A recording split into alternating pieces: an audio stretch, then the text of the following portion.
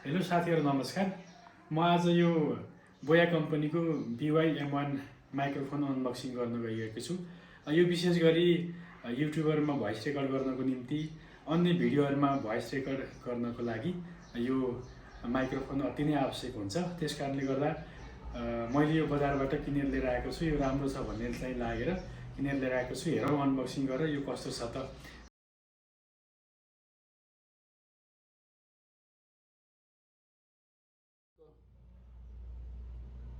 ल साथीहरु, अब म यो बोया कम्पनीको BY-M1 माइक्रोफोन चाहिँ अनबक्सिङ गर्न गइरहेको छु। हेरौँ कस्तो छ। यो प्याकेट चाहिँ राम्रो छ, क्वालिटी राम्रै मेन्टेन गरेको छ। बजारमा चाहिँ राम्रो खालकोमा चाहिँ यो सक्कली र नक्कली दुई खालको चाहिँ हामी भेट्न सक्छौँ। त्यसको कम्पेरिजन पनि म अर्को भिडियोमा चाहिँ लिएर आउने छु। अहिले चाहिँ म चाहिँ यो राम्रो क्वालिटीकोमा BY-M1 चाहिँ अनबक्सिङ गर्न गइरहेको छु। BY-M1 लेखेको छ र यता गयो भने चाहिँ यसको स्पेसिफिकेसनहरू चाहिँ छ। यसमा चाहिँ ब्याट्रीहरू कुन लाग्ने भनेर चाहिँ छ। यसको चाहिँ यो क्वालिटीमा चाहिँ यसको वेटहरू, माइक्रोफोनको डाइमेन्सनहरू सबै चाहिँ यसमा देखाएको छ। यहाँ चाहिँ हामीले फोटो देख्न सक्छौँ। मोबाइल, यो चाहिँ ट्याब्लेट, ल्यापटप, क्यामेराहरूको लागि चाहिँ यसमा चाहिँ युज गर्न सकिन्छ, त्यसमा चाहिँ प्रयोग गर्न सकिन्छ भनेर त्यसमा देखाएको छ। भने अब बक्स चाहिँ अब राम्रो छ, प्याकिङ चाहिँ ठिकै राम्रै लाग्यो। यो चाहिँ चाइनिज कम्पनीको चाहिँ माइक्रोफोन हो यो।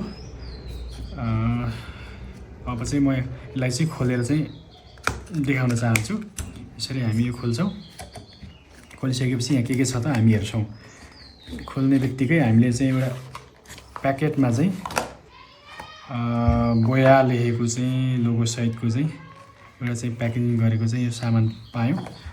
यो भित्र चाहिँ अरू यो बोया कम्पनीको स्टिकर दुईवटा चाहिँ रहेछ। त्यसपछि यो क्याटलगहरू भयो, कसरी युज गर्ने भन्ने चाहिँ डकुमेन्ट भयो। अर्को यहाँ के छ हेरौँ। यो चाहिँ वारेन्टी कार्ड के भन्ने छ। यो वारेन्टी कार्ड त हामीले बजारमा पाउने कुरा भएन। यो धेरै महँगो चिज पनि होइन, यो ठिकै को चिज हो। यति चाहिँ रहेछ। यहाँ अरू त्यस्तो केही छैन। यसलाई साइड गरौँ। अब यो प्याकिङ चाहिँ ल्याडर टाइपको यो रेक्जिनको भित्र चाहिँ राम्रोसँग प्याकिङ गरेको हुँदो रहेछ। यो क्वालिटी पनि मलाई राम्रै लाग्यो। यो भित्र हेरौँ के छ है त। यो चाहिँ एउटा ज्याक रहेछ। यो ठुलो एम्प्लिफायरमा लाग्ने जस्तो चाहिँ ज्याक रहेछ यो। त्यही नै होला। यो चाहिँ क्लिप, माइक्रोफोनमा लगाउने क्लिप। यो चाहिँ हामी सर्टहरूमा, टी सर्टहरूमा चाहिँ कपडामा चिप्काउनको लागि हो जस्तो छ यो। अब चाहिँ यो खोलेर हेरौँ। वाउ, यो माइक्रोफोन भयो। अरू केही छ कि यहाँ? केही पनि छैन। यो बोया कम्पनीको माइक्रोफोनमा चाहिँ यो वायर चाहिँ लामो हुने रहेछ। यो लामो छ, करिब 5-6 मिटर चाहिँ लामो हुन्छ भन्ने चाहिँ छ। यो लामो छ। यो चाहिँ एडेप्टर जस्तो टाइपको। यहाँ चाहिँ के लेखेको छ, क्यामेरा अफ स्मार्टफोन। यो स्मार्टफोन चाहिँ यो तल राख्यो भने स्मार्टफोनको लागि, यो बिचमा चाहिँ अफ गर्ने र माथि लग्यो भने चाहिँ क्यामेराहरू चाहिँ रेकर्डिङ गर्नु, क्यामेरामा जोडेर रेकर्डिङ गर्नु पर्यो भने माथि क्यामेरामा, ल्यापटप, कम्प्युटरहरूमा सबैमा चाहिँ हामीले माथि लगाउनु पर्ने हुन्छ यसको। र स्मार्टफोनहरूमा प्रयोग गर्नु पर्यो भने यसको बटन चाहिँ तल राखेर हामी गर्न सक्छौँ। यो वायर चाहिँ लामो छ, चाहिँ बोया लेखेको लोगो सहितको छ। विशेष गरी ल्यापटपहरूमा चाहिँ लाग्ने हुन्छ। 3 रिङवाला चाहिँ छ।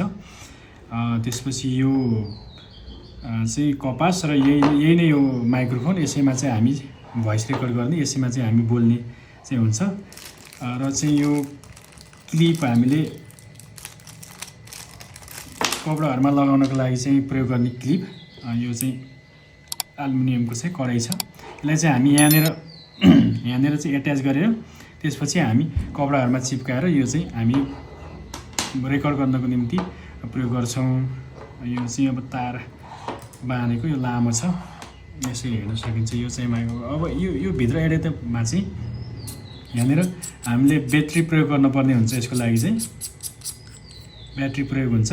यहाँनिर यसरी चाहिँ ब्याट्री युज गरेको छ। यसलाई चाहिँ यो दोरीले चाहिँ निकाल्न मिल्छ यसरी, र फेरि यो दोरीलाई नै राखेर अनि फेरि हामीले यो चाहिँ प्लस माइनस सबै हेरेर यसरी फेरि एट्याच गर्न चाहिँ सक्छौँ। यो दोरीले निकाल्ने गर्ने भन्ने चाहिँ छ।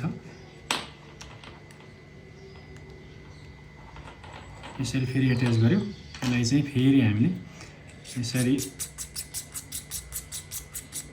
बन्द गर्ने र खोल्ने छ। यसमा लाग्ने यो ब्याट्री चाहिँ अब हामीले यहाँ अघि नै हेरिसक्यौँ, LR44 भन्ने चाहिँ यो ब्याट्री प्रयोग हुने रहेछ। यो केबल, यो तार चाहिँ अब यहाँ हामीले देख्न सक्छौँ, यो 6 मिटर जति लामो छ भनेर चाहिँ यहाँ स्पेसिफिकेसनमा देखाएको छ। अरू फिचरहरू अब सबै यहाँ चाहिँ कुन ब्याट्री लाग्ने, कुन अब क्यामेरा, त्यसपछि गएर ल्यापटपहरू, मोबाइलहरू सबैमा युज गर्न मिल्छ भन्ने छ। यो क्लिप चाहिँ हामीले क्लिप लगाउनको निम्ति भयो। यसरी चाहिँ हामीले प्रयोग गर्न सक्छौँ। यो बोया कम्पनीको BY-M1 माइक्रोफोन चाहिँ सस्तो र राम्रो। नेपाली बजारमा करिब नेपाली मूल्य 1700, 1800, 1700-1800 करिब चाहिँ भन्छ। यो चाहिँ अब यहाँहरूले अझै बार्गेनिङ गर्न सक्ने भने अझै डिस्काउन्ट पनि पाउन सक्नुहुन्छ। यो चाहिँ राम्रो खालकोमा हो। अब यो भन्दा अर्को लो क्वालिटीको अझै सेम यस्तै कपी भर्जनमा पनि पाउँछ भन्ने छ। त्यो चाहिँ अलिक सस्तो पाउँछ होला सायद। त्यो म बुझेर फेरि यहाँलाई अर्को भिडियोमा चाहिँ कम्पेरिजन देखाउँछु। अहिलेलाई चाहिँ यो अब राम्रो छ, यसलाई प्रयोग गर्ने हो। यो चाहिँ युट्युबहरूमा विशेष गरी प्रयोग गर्ने गरिन्छ। त्यसपछि अन्य भिडियोहरूमा भोइस रेकर्ड गर्ने को लागि चाहिँ यो प्रयोग हुन्छ।